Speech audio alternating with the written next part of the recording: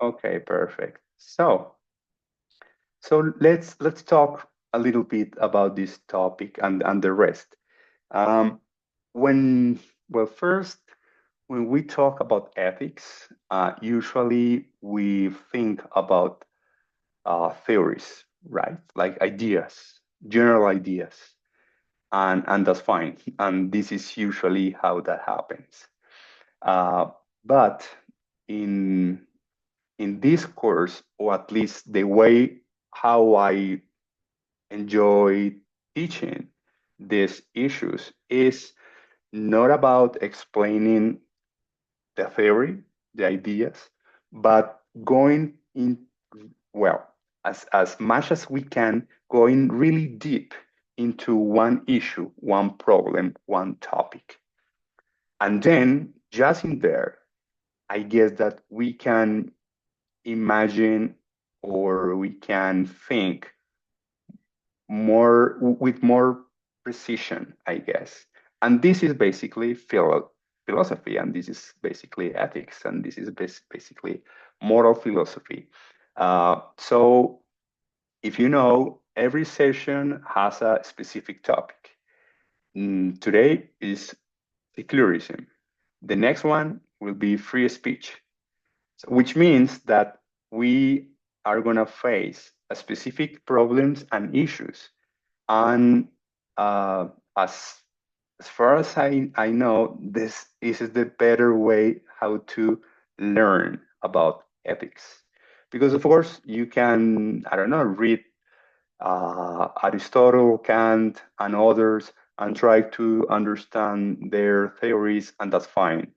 But in my case, I just prefer to approach these ideas, like Charles Taylor's idea about secularism, and trying to do that in a way that is more close to reality, for so speaking. So this is why in every session we're gonna have specific topics and uh, and the discussion about ethics and citizenship is of course so related with that topic. So today it's about secularism. And usually, I don't know, I'm sure that is not the first time that you heard that term, secular. Uh, but I'm pretty sure that most of the time, when we are thinking about that term, secularism, we think about the division between the church and the state, right? And not just the division, but also the distance. Like if we, in Colombia at least, if we have a secular state, a secular society, that means that the church and the state are two different domains. And of course, that also means that the people in power in the state and the people in power in the church, well, they are not the same people. So this is basically the idea. Um, and I guess that this is one way how we can understand that in terms of the division between the state and the church. Um, but um, but I offer you the Charles Taylor piece, that text, because that goes beyond that division. And I really want to discuss with you to have this conversation, sorry, because when we are so focused on institutions like state and church, maybe we can miss something very interesting in that discussion. And basically, this is the idea for today.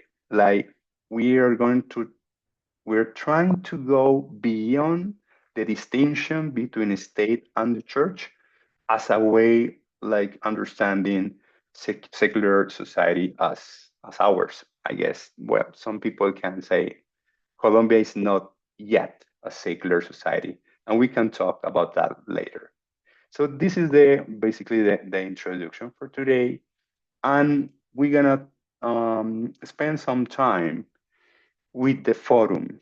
I had the chance to read your participations, your comments, and then the the comments that you did for your classmates, which is basically the idea. And as I said, as I wrote in the email, so in each forum, you should do just what you did. Like this is my opinion, da da da da da da da, da. And then you have read others' opinion, whoever you want, and you have to do some, I don't know, like you can be very critical, of course, like say, I disagree completely with Mariela, with Diego, because, well, or you can say, I agree with them because XYZ, I don't know. So the idea is basically that we have this forum as a kind of opportunity to know what the others are thinking about this topic.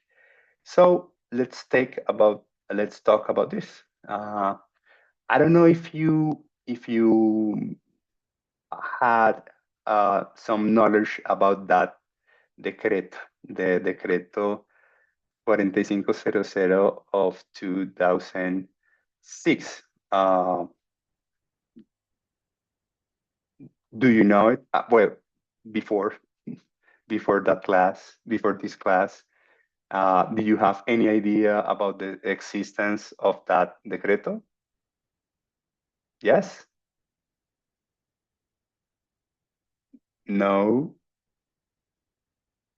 Yeah, in my case, I had it because I worked in a religious school, Okay. so I had like kind of an idea about that, but not like a deep knowledge related. But yeah, Okay, okay, Rada, thanks. Karen? The same as Rada. I have like an idea, but I didn't read um anything about that before. Mhm. Okay, perfect. Perfect. And the rest, Diego, Juan Pablo, Miguel, Mariela. In my case, I have knew about it or known a bit about it, but I haven't read much about it. Okay, okay. Muy bien, muy bien. Very good. So if even if it was your first time, or if you knew something about the decreto, it's pretty, I guess, at least in my case, the first time that I knew that, it was some kind of surprising, like, wow, in terms of, well, that happens here in Colombia. Um, and that discussion about the mandatory classes, religious mandatory education in the public and private schools are something that I don't know why, but I realized that maybe the Colombian society is not as secular as I usually think. Uh, and then, well, I just knew that and realized, well, maybe the country that I have in my mind is not the same that country that exists outside. So let's talk a little bit about this. Uh, I don't know if someone wants to share his or her uh, point of view about this, wants to say something about this mandatory, about this, the decreto in general, and if you want to share with us some specific idea that it's interesting to you. So let's talk a little bit about this.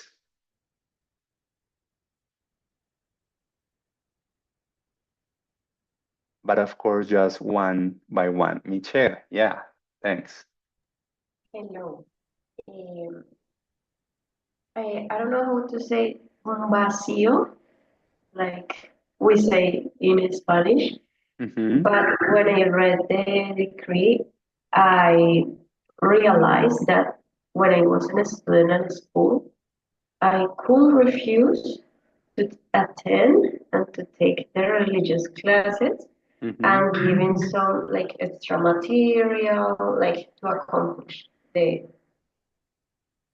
like the legal thing to receive my degree or to get promoted every year.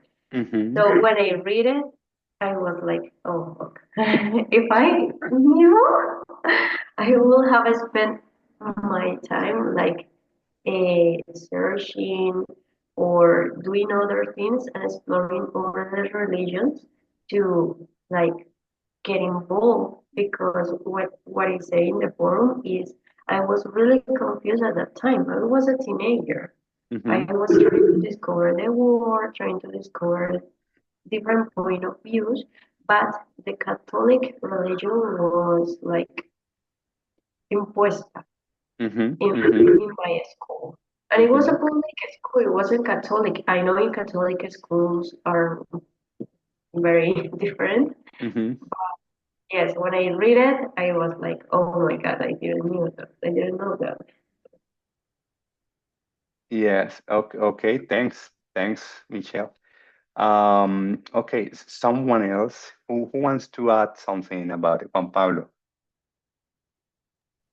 Well, I didn't know anything about this decree. Um, I I think I don't know. I'm not sure. I would say that I agree and disagree because if I see as a security, I mean, as the state being in charge of favoring everybody's beliefs, it should be like, okay, everybody should do it in the school because in school it's where they go to be educated, to be taught, right? But the thing is that in here in Colombia, we cannot see that because we come from a post-colonial um, uh, invasion, let's say, conquer, which Spain was Catholic. So, of course, the main idea is going to be Catholic. And that's the reason, even though in the decree it doesn't even mention the word Catholic, Catholicism, it says religion. It doesn't specifically say um, it has to be Testigo de Jehová, Christianity, whatever. So it is a religion in general, but and I think that's the gap that Mitchell maybe said, and I agree that there is a gap because the law is made, but it is interpreted by us, depending on our own perspective, not as an objective one. So my religion is Catholicism. So that's the religion I'm gonna teach. So I think it's like I agree but disagree. Yeah. Yeah, I guess that I understand your point. And it's interesting that you mentioned that according to the decree, what is mandatory is religious education. It's not specified what kind of religion. And that's really interesting because in some way someone can say that, well, uh, someone can understand that in that piece you can find the freedom, because every school can choose, I don't know, whatever kind of religion they want to teach. So the state is not imposing some specific beliefs. What the state is saying is you have to teach religious education, but I'm not saying what religious specifically. So it's interesting that you mentioned that because, well, we can talk about if that is the meaning of secularism, and I guess that is a really good point. Okay, who wants to say something else? Want to share his or her approach?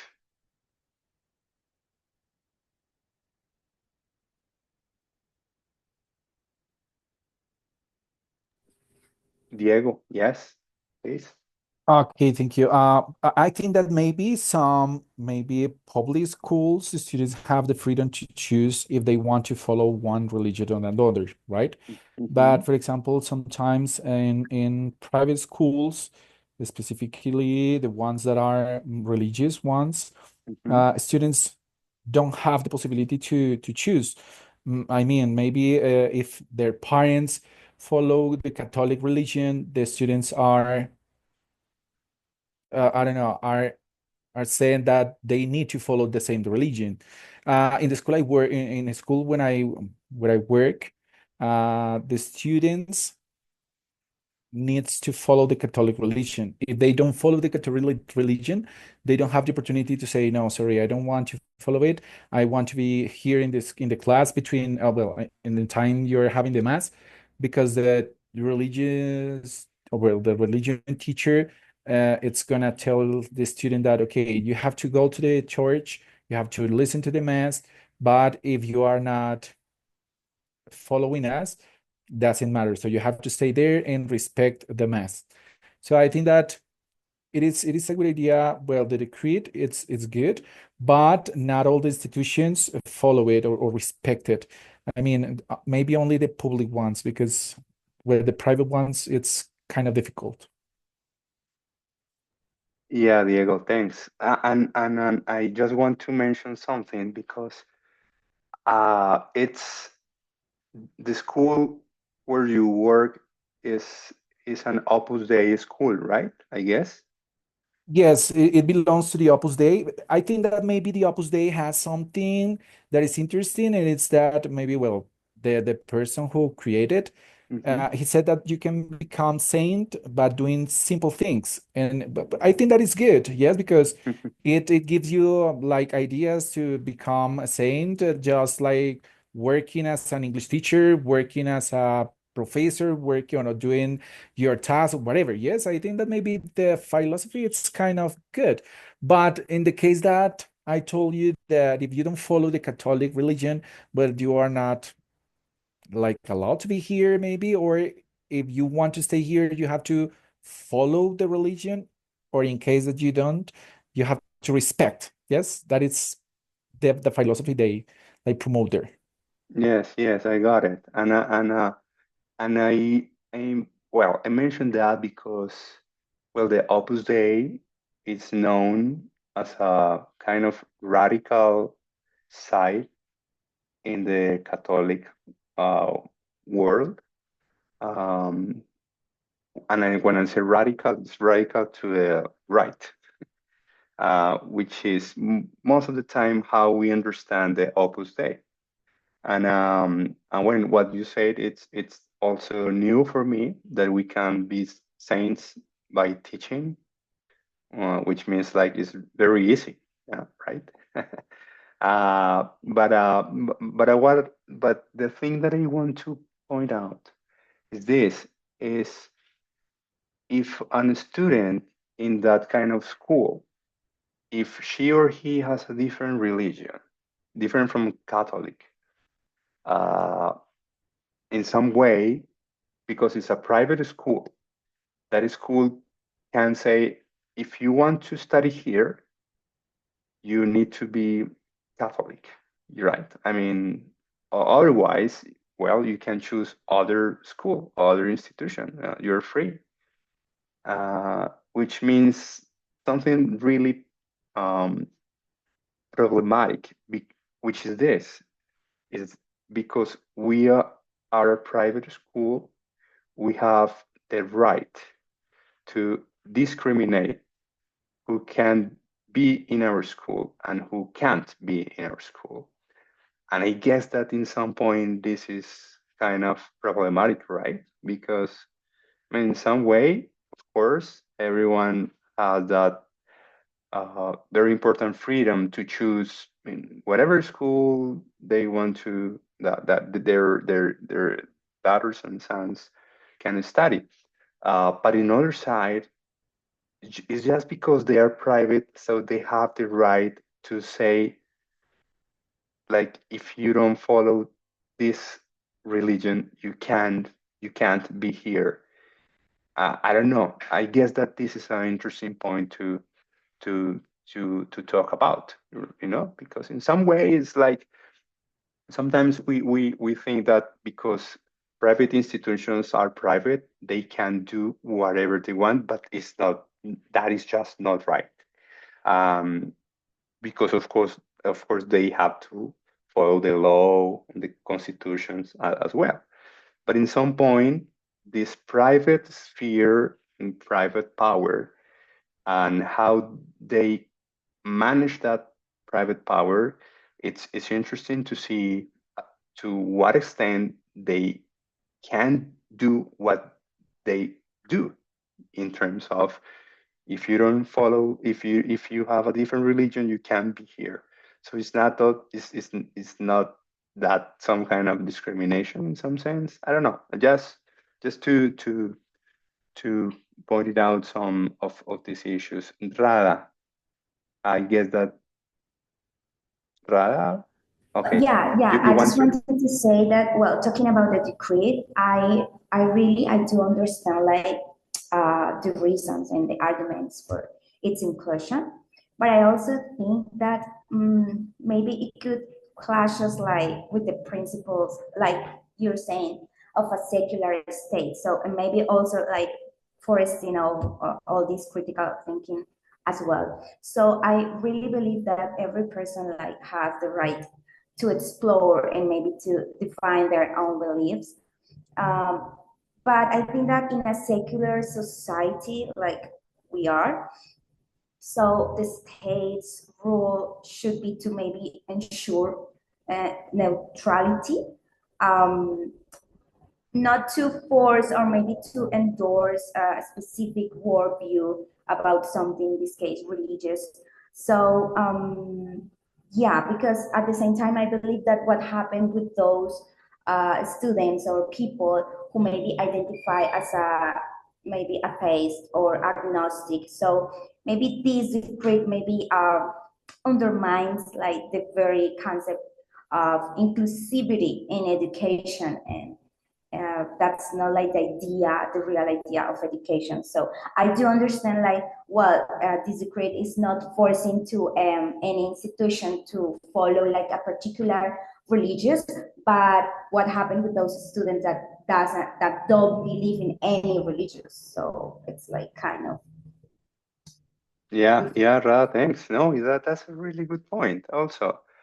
And I guess that I don't know, maybe you are thinking in students more like kind of grow up, like teenagers, right?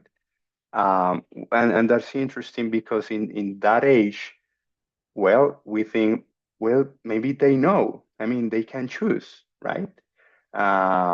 And according to the decree, it seems that they don't have that freedom to say, I just don't want and I don't need, and or I just don't believe that I will be in this class, in religious class, because my beliefs are different. Maybe I am Gnostic or atheist. I don't know, whatever. And that's a good point. And also, I don't know, what do you think about the case in which students are not teenagers, but they're kids? Uh, how do you, I don't know, what could be your approach in that case? Do you know what I mean? It's like, what Sorry, I happened when? couldn't listen because I have many noise here, so I couldn't listen well the Okay, question. Wait. no worries. I'm saying that you were talk about teenagers students, I guess. Yeah. Yes. So the question is, what happened when the students are kids? I think It's the same? it's It's the same? no, it's different because kids follow instructions, so they are like imitating adults.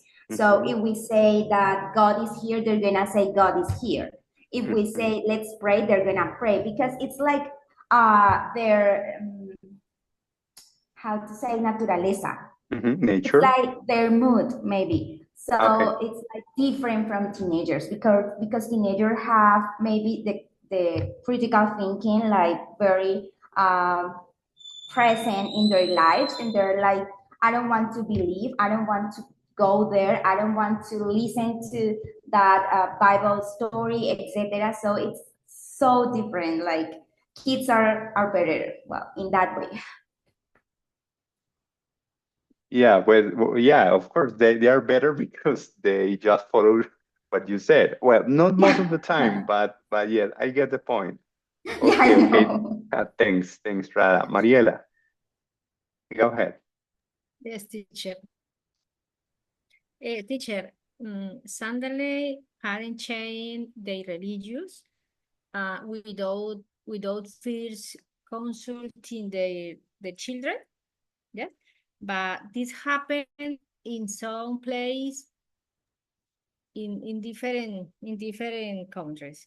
Uh-huh. But it is a complex inside and outside at the school. Uh-huh. I consider it's a big problem with the children. Yes, and yeah, I guess that it's what I try to say is like when we think about teenagers, uh, we are more, well, in some way, teenagers are just closer to adults, you're right? So in some sense, we treat them as persons who can make choices, basically.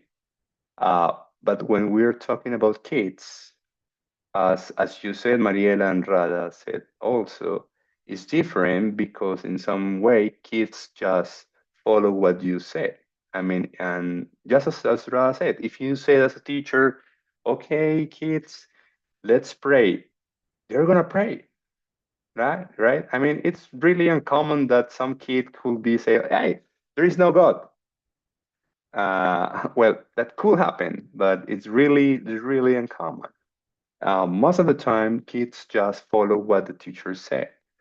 And and here there is something that I just want to talk with you, because for some people, it's really important that kids have religious education, even if later they change their minds, right? But I don't know, what do you think about that? Like, it's really necessary, it's really important that kids have religious education in any religion. It doesn't matter which one. Karen. Yes, it's a really good question because I think parents try to mix everything like values and principles. It has to be with religion. And I realized that because I work in a religious school, right? And I realized that parents, they are Catholic and they teach all the things related with that specific religion, but they say I want that my children, so sorry, my children go to this school because of the it's a Catholic school, so they're gonna learn about values, they're gonna be a respectful and a tolerant person. So that's why my student, or sorry, my child is here. I'm thinking like a teacher. My son is here. And well, in the foreign, I would like to talk about the foreign. I mentioned something that this year I have the responsibility to teach religion. Something that it is important to say is that I'm not a teacher that study that specific subject, because I'm a language teacher, and but I'm a self-contained teacher, so I have to do it. And I mentioned in the forum that however I have to teach religion, it's sometimes like a challenge for me because I don't share at all many things about the religion. So I try to be really neutral with this because I know that is really we have to be careful. We have to be careful in the way that we're teaching because I teach children and they are like 6, 7 years old. And I totally agree with Rada. You say that you tell them pray and they pray. You tell them we're going to draw about God's creation. They're going to do it without any problem or issue. But what about we teach about respect, about any other value through I don't know how to say Salmo in English. Well, I don't know how to say that. But why don't we teach, for example, a value or an experience or something that they can really apply in the real life through that kind of something related with the Bible? Well, I don't know. It's an example because most of them are Catholic. Most of them families are Catholic. And also, I also mentioned that I have a Mormon student, and he was 7 years old, and he's from the US. And he was really, really like demanding to say that, teacher, I'm a Mormon, and I'm not going to pray, I'm not going to like follow the things related with the Catholic religion. And I was like really surprised because he was really respectful, but at the same time he was like he has the word to say, I'm not going to follow these principles because my religion is another. So that's why it is important to be open-minded and understand that Catholicism is not the only religion that we have here in Colombia. We have any other type of religions, and I totally agree with Juan Pablo. In the decree, we have religion, but it doesn't specify the religion, so it is important to respect and be neutral. I thanks, Mariela. Sao, I think is the pronunciation. Thanks.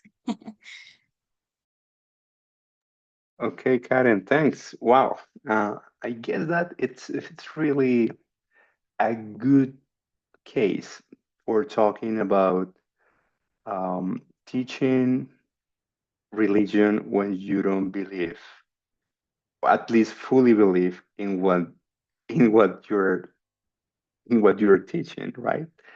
Um, I just wonder, like, I don't know how I put this. It's like if I were a parent and I let's suppose I were a parent, and my kid is one of your students, and I am a Catholic father, and I just know that the teacher who is teaching to my kids religion, but she doesn't believe as I believe. So I don't know. It's just like how I could feel about that, right? Like, Yeah, it's uh, controversial. Actually, it's yes, controversial. Well, I don't believe at all, yeah, right? I'm yeah, not going to say that I don't believe, but I don't believe at all. So yeah, it would be yeah. controversial,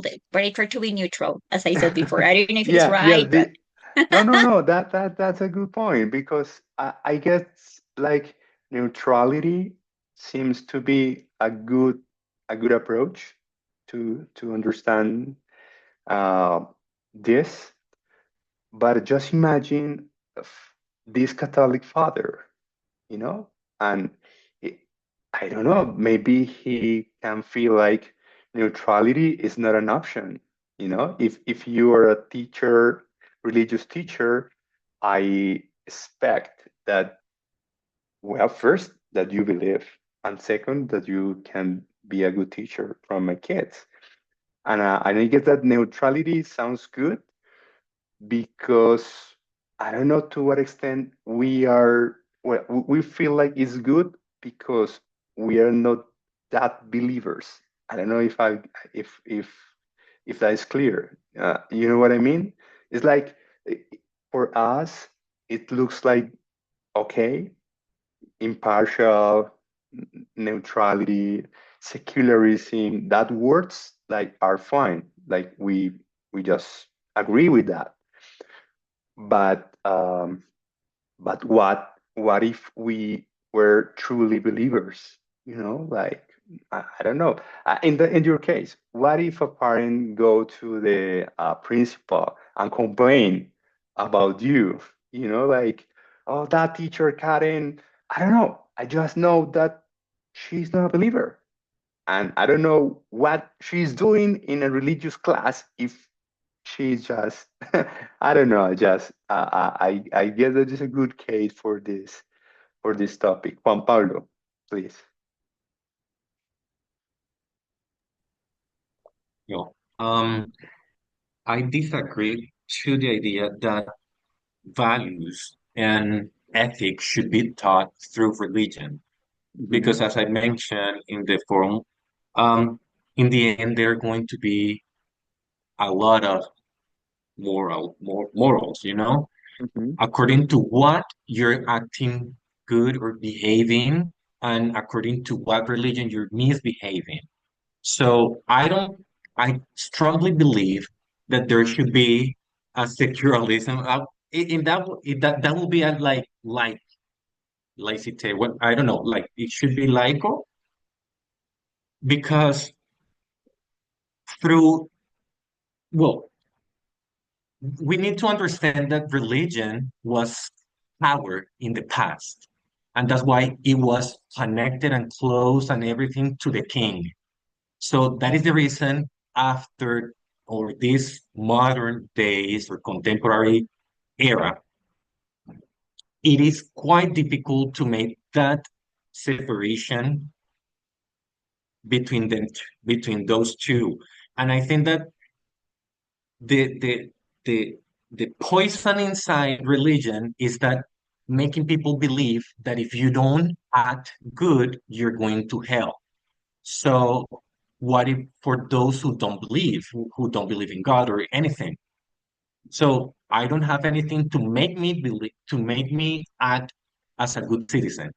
So, and I think that's something Emil Durkheim explains in his book about moral education, that there should be something apart from religion that we should act in concord or seeking a common well, a common good to everybody. It doesn't matter the religion, it doesn't matter anything. You need to act in response to have a good um like a good um you know what I mean? Like a Yes, good yeah. Yes. that. Um I I think somehow that the state, because it's in charge of the right to educate people, needs to control somehow what is to be taught, not in terms of the like like not that deep, but at least to make sure that the content the students are going to be taught is not against other religions. Like now we see the problem between Muslims um and the other and the rest. So I think state should have some vigilance upon that, but not telling or giving some benefits to a specific religion. And I'm sorry, and as the decree says, and I didn't know, and we could be very in trouble if you start um, giving some hints of your own beliefs or religion to other kids or other students who do not believe, because their parents get to know you're not a religion teacher, or at least those who are, we don't have that subject. We should not use our classes to teach a specific religion according to the decree. So, and that's something I think that the state should also have like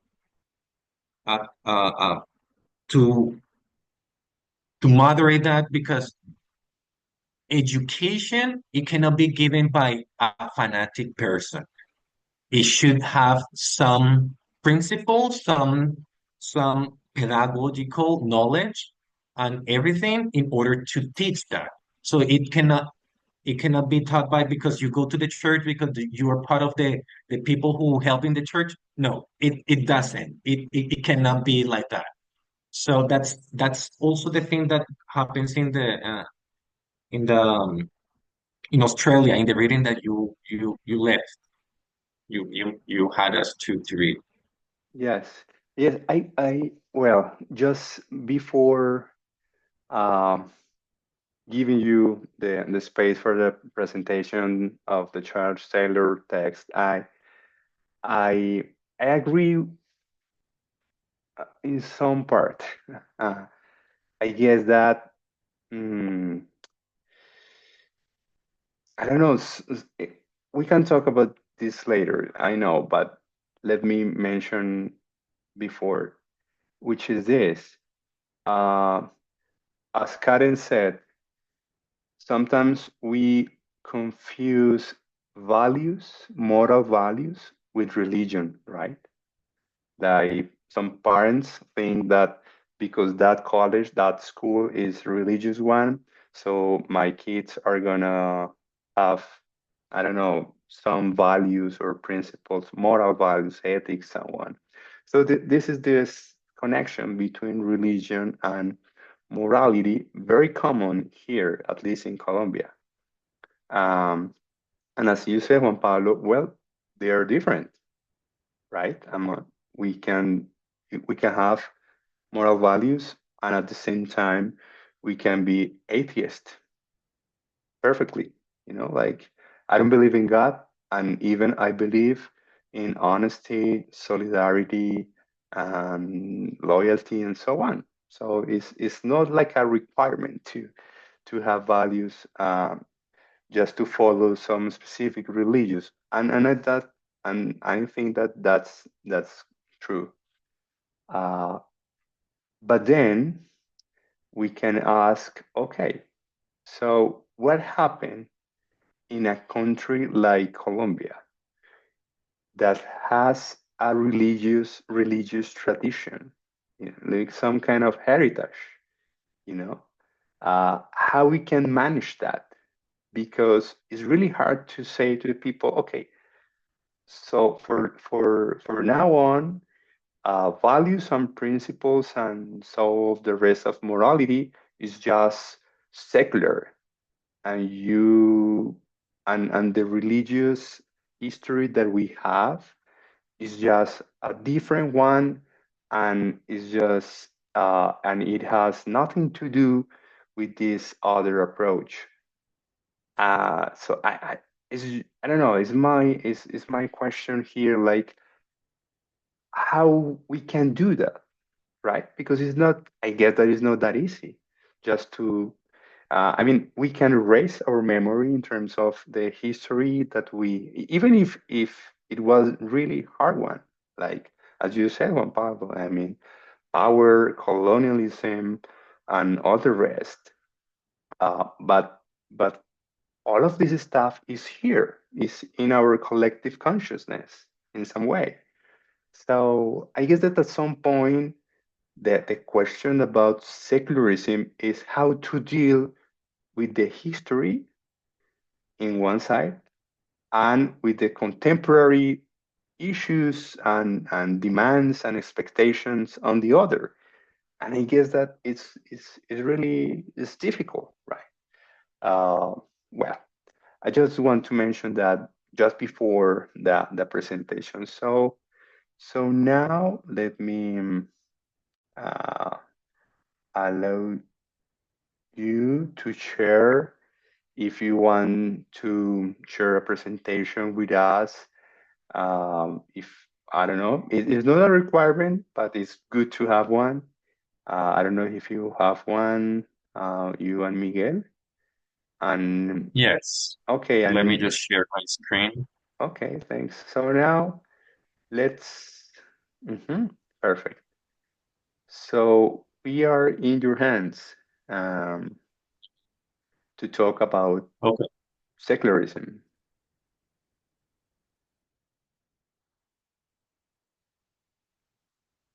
Okay. So now that we've had like a small talk about what secularism is, um, let's start.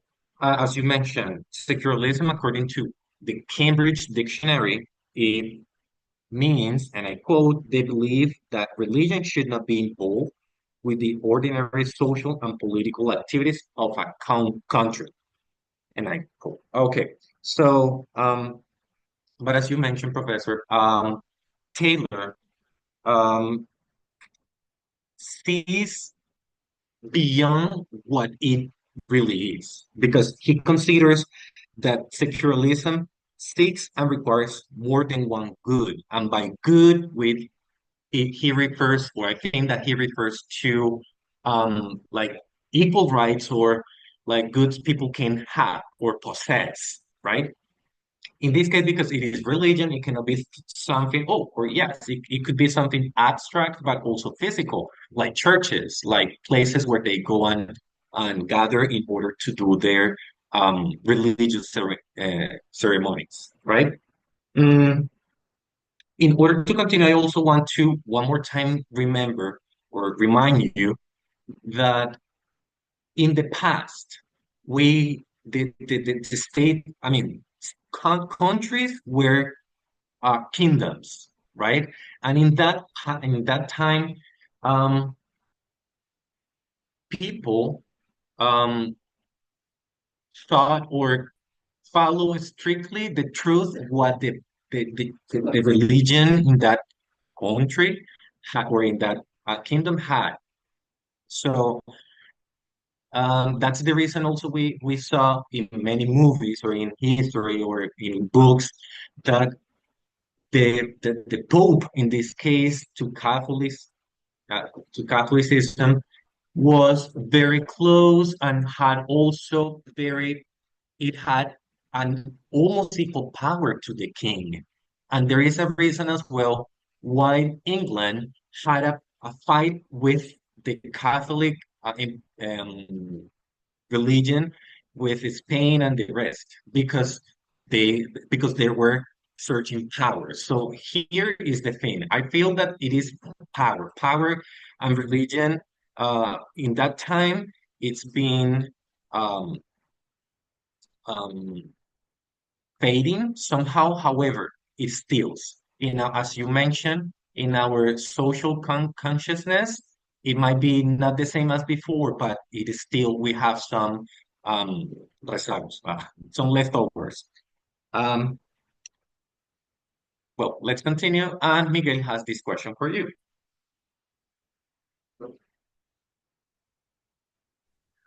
All right, guys. So, we wanted to continue the presentation with a question for you.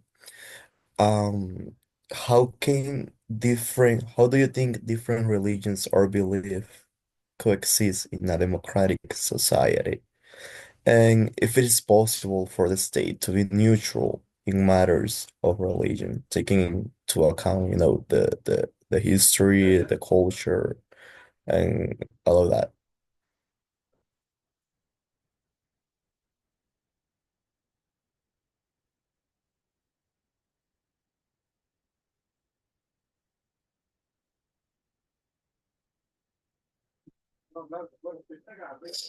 We have to answer right now?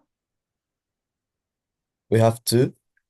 Yes, the question is, we have to answer that questions right now, right? Yes, Okay, yes, okay. correct. So how do you think different religions could coexist in, for example, Colombia, since you are all from Colombia? How would be that possible? And how could the government of Colombia be neutral in religions matters?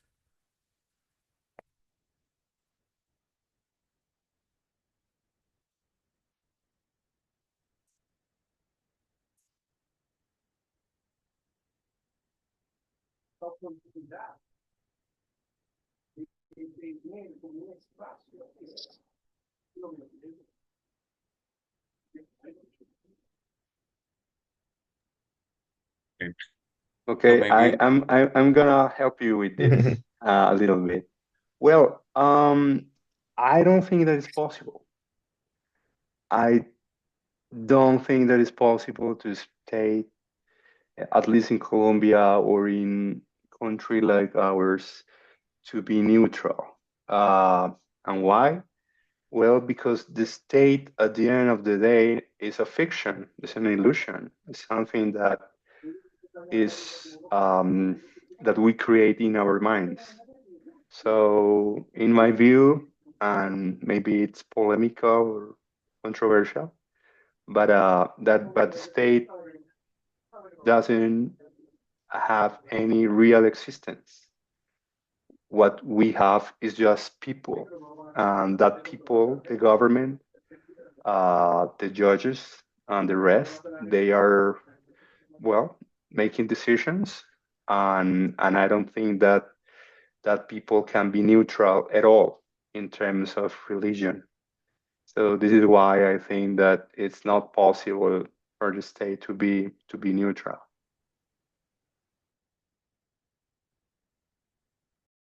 All right, Karen. Yes, thank you, Miguel. Well, I would say no, not at all, because it's not entirely possible for the state to be fully neutral in matters of religion. Even in secular democracies, religious influences often shape cultural norms or laws or even policies. But governments may like strive for neutrality by ensuring freedom of religion and equal treatment of all beliefs. This is like the theory, but in practice, factors such as, I don't know, historical traditions, political pressures, and societal values maybe can make complete neutrality difficult to achieve. So for me, it's not that possible at all.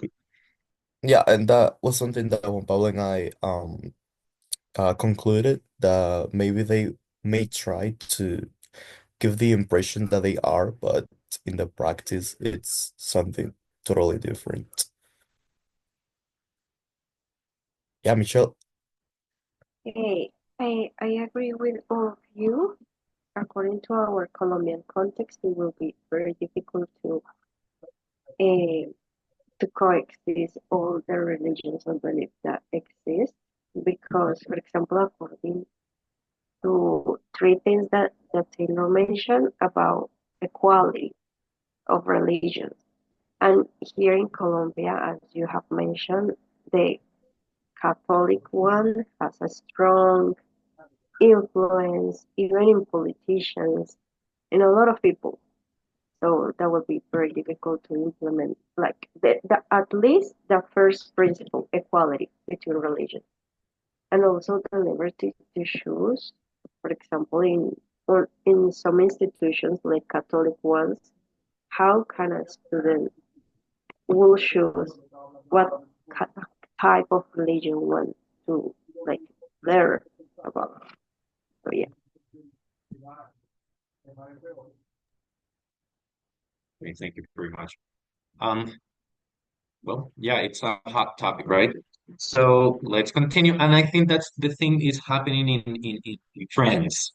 Um, because the migration, people who are living right now, or most people, well, not most, but there are many people who are living there that are a particular religion. But France, after the revolution, they decided to be a like country. So that includes, and that's what Edgar mentioned before, that it is from our past, from our history, from our culture. So for them, it is already like an institution of no religion in there, and that's why it is it's a situation that is making the Parisians or the French people, the native, let's say, feel uncomfortable with. So, okay. So, Taylor considered, or he talks about this French Revolution Trinity because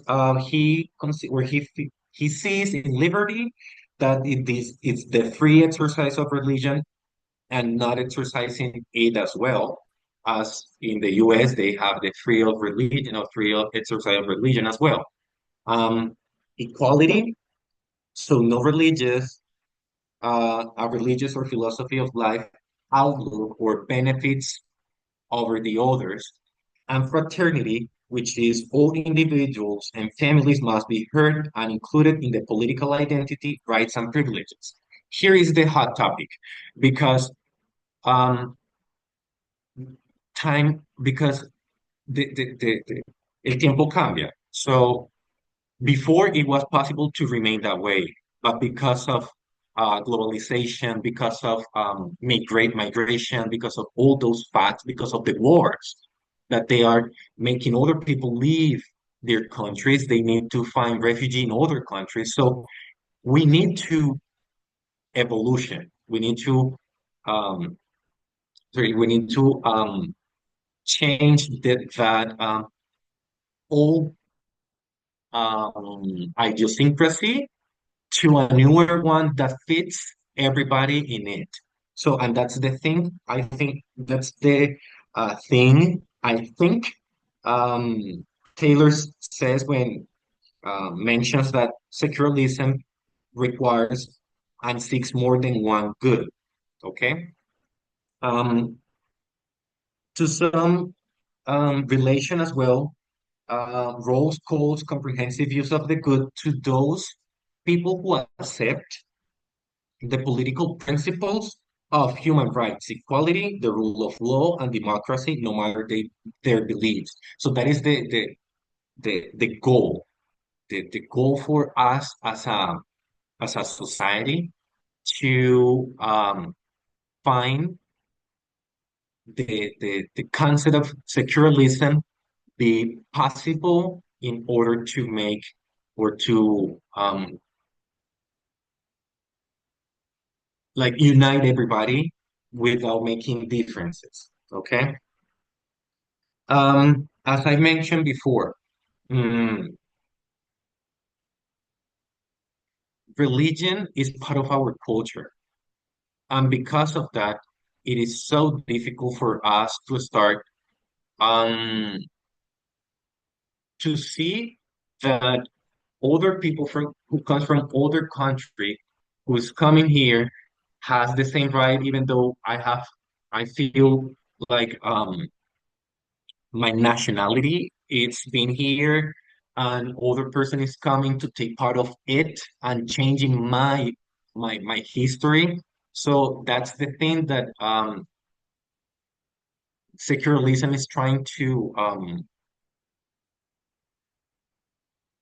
seek, like stop being that I will say selfish, and the notion of state, as Edgar mentioned, um, it's just an illusion.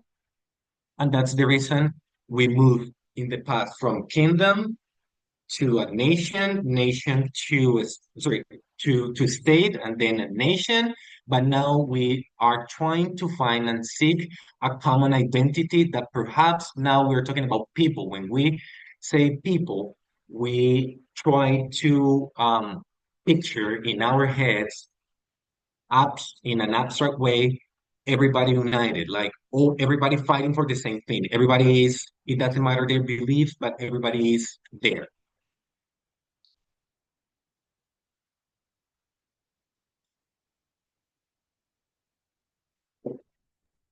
Okay, so following the ideas that Juan Pablo was expressing, we would like to highlight a point of view of society that is strongly related to secularism and that looks forward to protecting and benefiting all of the society members. It is called the Mother Model Order and consists of three principles, which are basically core concepts of secularism. So first, we have rights and liberties of the members. That means that nobody can and nobody should impose a religious creed on citizens. That is similar to the example that we were discussing of imposing religion in schools, in public schools. So the government should not do that or should not impose a specific religion. We also have the equality among the members. Is the idea that rights and freedoms should be available to all individuals. So each person should be able to decide if they want to believe and what they want to believe. And also we have consent, which means that people should be able to give their consent or permission or agreement to an action. That is something that we saw in the decree, in the Colombia's decree, that the government said that students could select if they wanted to take religious classes or not. So consent is also an important part in the modern moral order.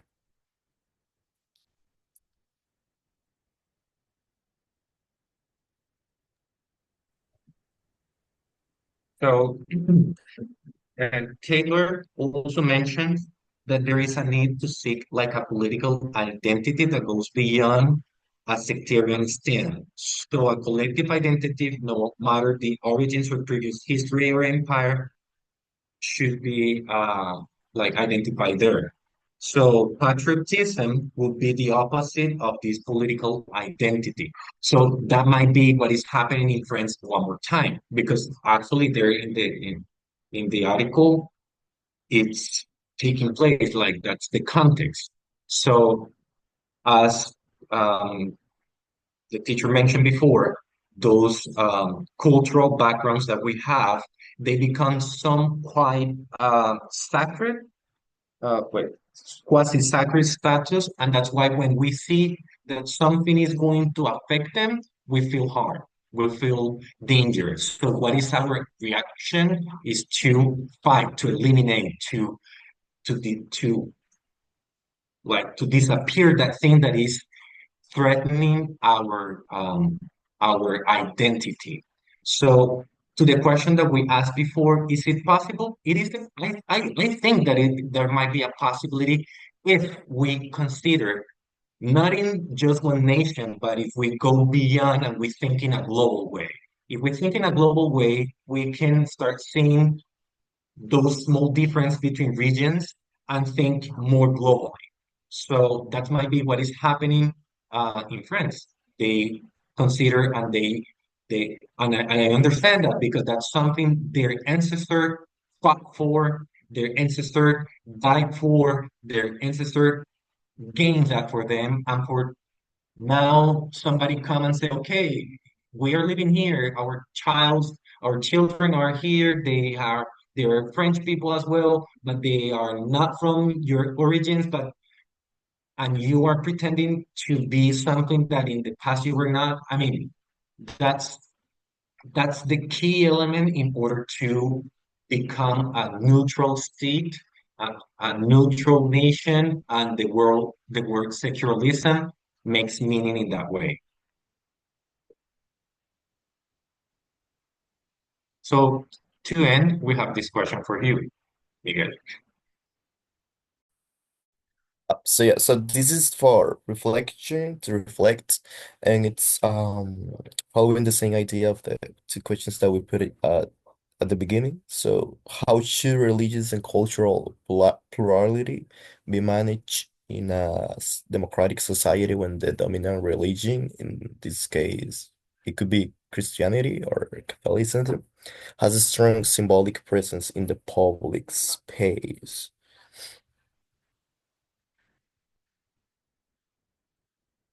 If we have time to go over it or not.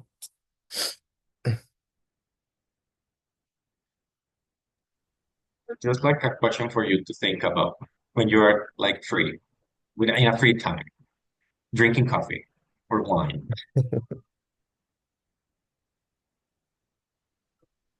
And we're done.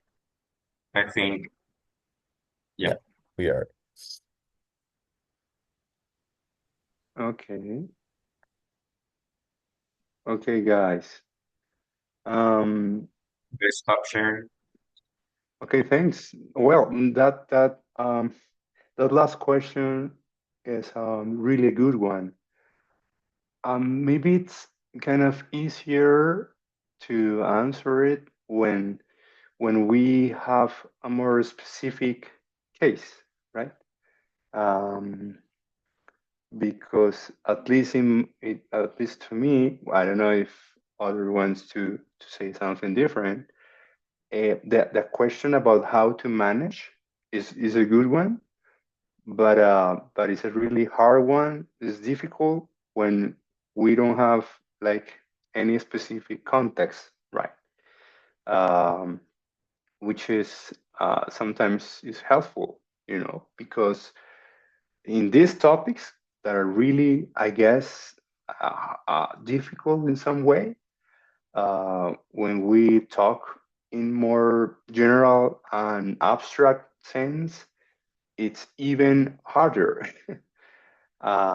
So maybe we can think about this question. I don't know, having in mind the case study for today, the Australian experience, but later. But uh, I just first, I just want to thanks Juan Pablo and Miguel for your presentation, very clear. And well, you just pointed out the specific and I guess the more important uh, points in the document of Taylor. So here now we're gonna spend just a few minutes before the break, and a small break. We're gonna have today a small break, and I'm gonna tell you why. Just spend a few minutes talking about this piece, this text of Taylor. Karen, Michelle, Diego, Rada, Mariela. Uh, how do you approach to this piece? I don't know what makes you think about something different, or I just don't know, some idea that you just never think about it, and just after reading this text you think like, wow, that's interesting and kind of new for me. So I really want to know your approach. So now is your time. Well, Miguel and Juan Pablo, just thanks for your exposition. That's fine. So now let's talk about this. And I just want to hear the rest of you, Diego as well, Karen. So let's talk. So for some minutes about this piece.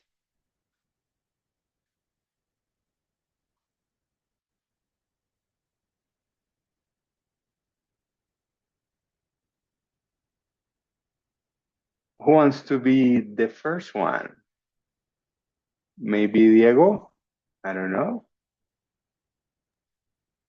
Okay, well, I think that this topic is very controversial because I think that there are a lot of ideas, there are a lot of thoughts, beliefs, and those things. But I really think that but thinking about the last question they ask about, should religious and cultural beliefs maybe manage in a society which has a lot of that influence? I think that it's difficult if we want to change maybe the minds. Yeah. So, for example, I study also in a school in which ethics and moral, well, thinking about the things that said Juan Pablo, was in charge of a religious teacher. Yeah. So, of course, the religious teacher taught us ethics and moral based on a religion. Yeah. And of course, all the students in the school, and it was about 100, sorry, and 1,000 students in the school uh, were influenced by that teacher. Yeah. So that only, but it only doesn't happen in my school, but it happens in a lot of schools. So I think that is the reason, or well, could be one of the reasons why all of those beliefs uh, nowadays are being the same. Even the time is changing, even the sometimes the religious are at least open nowadays. Yes, because they are accepting things that maybe in the story they uh, they didn't accept. Yeah, I mean, nowadays they are talking about abortion. Nowadays they are talking about those topics that are more controversial.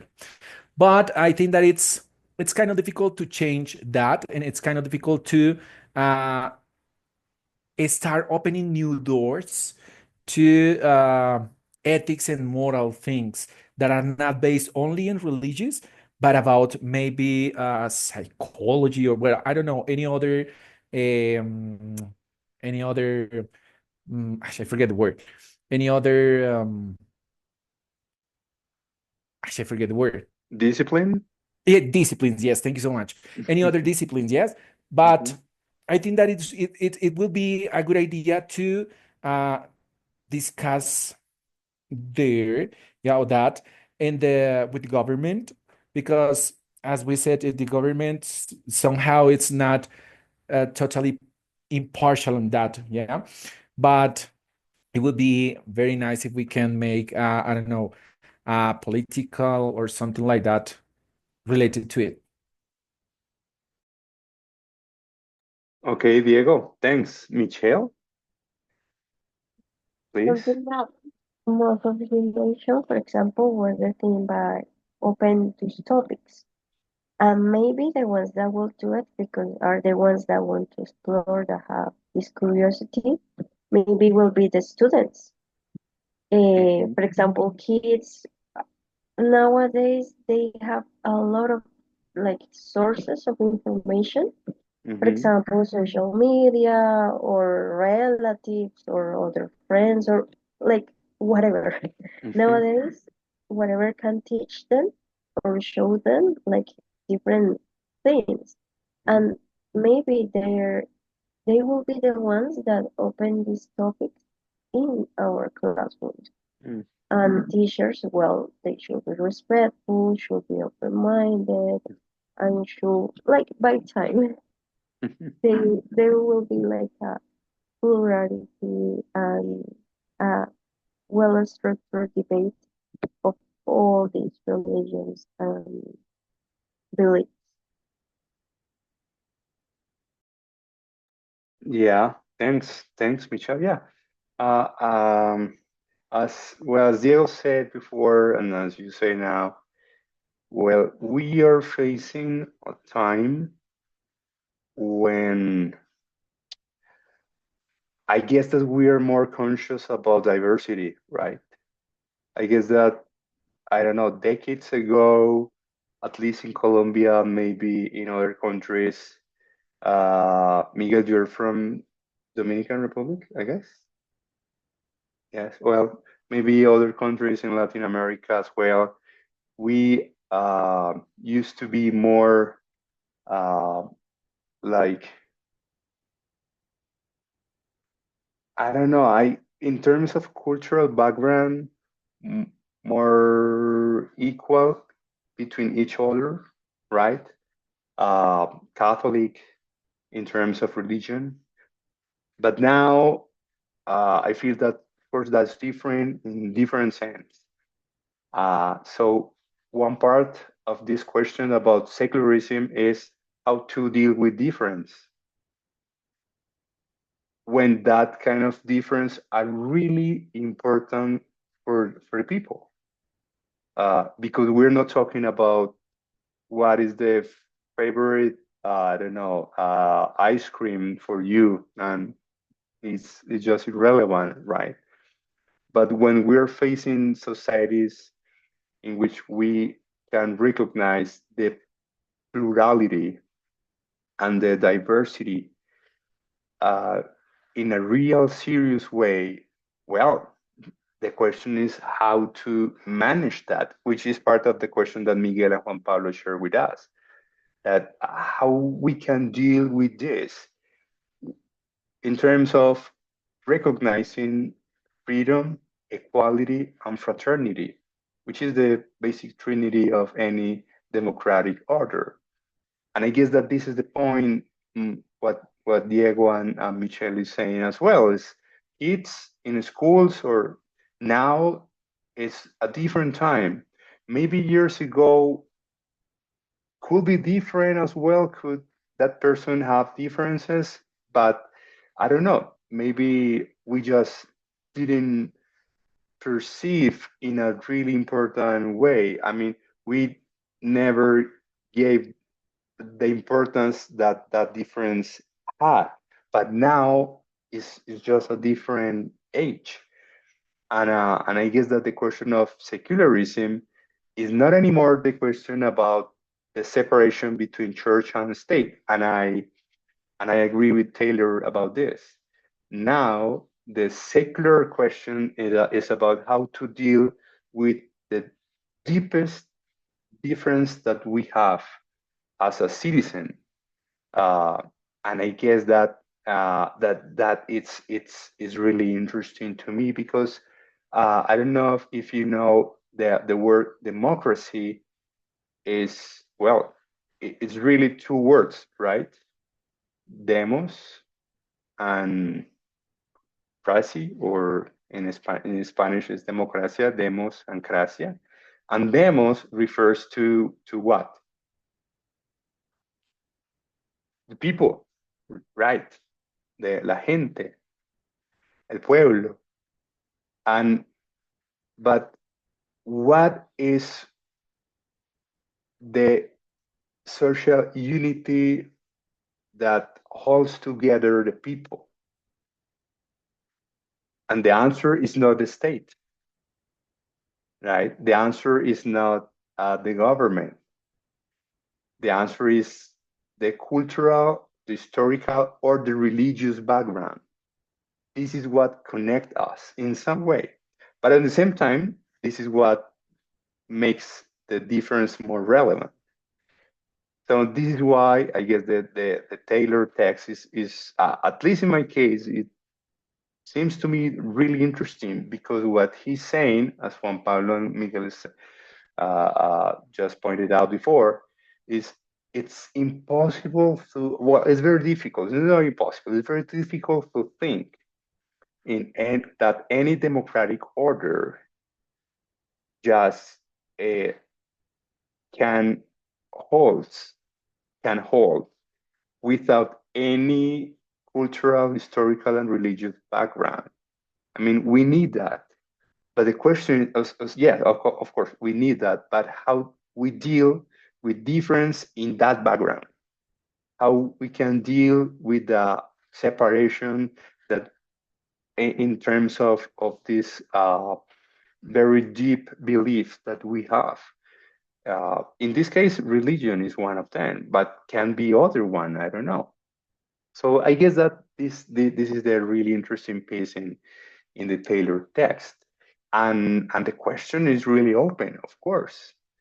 And I guess that in some sense, sorry, that depends on the specific case, and this is why I share with you the case study for today in Australia. And I guess that we can see this tension between the diversity and the commonality in one specific case like this one. So for now, I guess that we can spend some time working on that case. And so it's 7:30. Let's take, if you want, let's take a really brief break, like 10 minutes, just stretching a little bit, going to the bathroom, and we come back. And here, you're gonna work with some of your classmates in that case. And it's really, I guess, well, the case is difficult. It's a hard one, I guess. But the work that you have to do is basically, well, first, I guess that you already have read the case, that you know it. Second, let me show you this, just to make sure that everything is in place.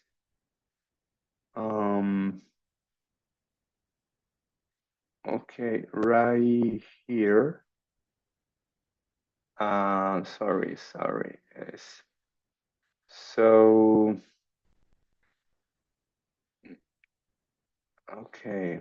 Yeah, right here. This is session number 2, week 2. And you can find it, the text, of course, but here, case study answers, discussion and elaboration of the case study answers. So it's this, the work that you have to do. You can read it, of course, and there are 4 questions. What could be that learning objective? How do ethics and SRE classes could contribute to achieve it? And well, and number 3 and number 4. So, and this is the instruction. You have the answer, these 4 questions, by using PowerPoint presentation or other software, and recording with audio. So it's important.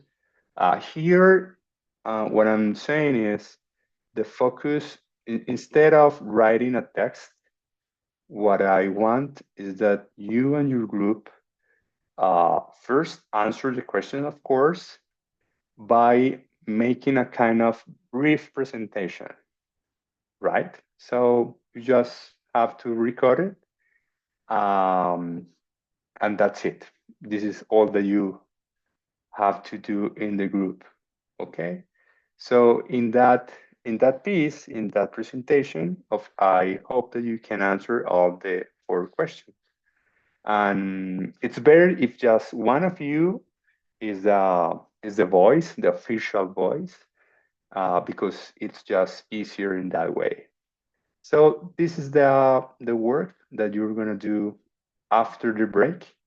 So let's take a 10 minutes break and see you soon, okay?